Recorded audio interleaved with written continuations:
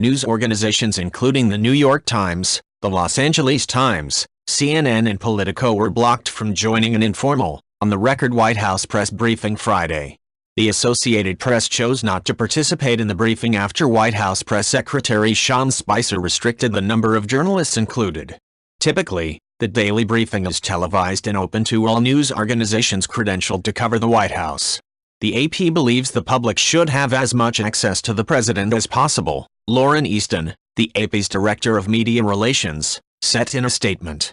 On Friday, hours after President Donald Trump delivered a speech blasting the media, Spicer invited only a pool of news organizations that represents and shares reporting with the larger press corps. He also invited several other major news outlets, as well as smaller organizations including the conservative Washington Times, One America News Network and Breitbart News, whose former executive chairman, Steve Bannon, is Trump's chief strategist. When the additional news organizations attempted to gain access, they weren't allowed to enter. The White House said it felt everyone was represented by those in the pool and the invited organizations. We decided to add a couple of additional people beyond the pool. Nothing more than that, said White House spokeswoman Sarah Sanders. When asked by a reporter attending whether he was playing favorites, Spicer said the White House had shown an abundance of accessibility, according to an audio recording of the briefing later circulated by the pool. The pool included Reuters, Bloomberg, CBS, Hearst newspapers and CBS Radio. Others in the briefing were Fox, NBC and ABC.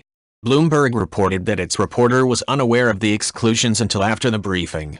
John Roberts, Fox's chief White House correspondent, told anchor Shepard Smith on the air Friday that Fox supports complaints being filed by the White House Correspondents Association and pool TV networks. You can speculate, Shep, that there might be some extenuating circumstances as to why these people were not invited. We're going to look into that further, Roberts said. In a statement, the Correspondent Association's president, Jeff Mason, said the group was protesting strongly against how the briefing was handled by the White House. CBS News said in a statement that it was the pool's radio and TV outlet Friday. We recorded audio of this event and quickly shared it out of an obligation to protect the interests of all pool members, the news division said. If you like this video, please leave a like and subscribe.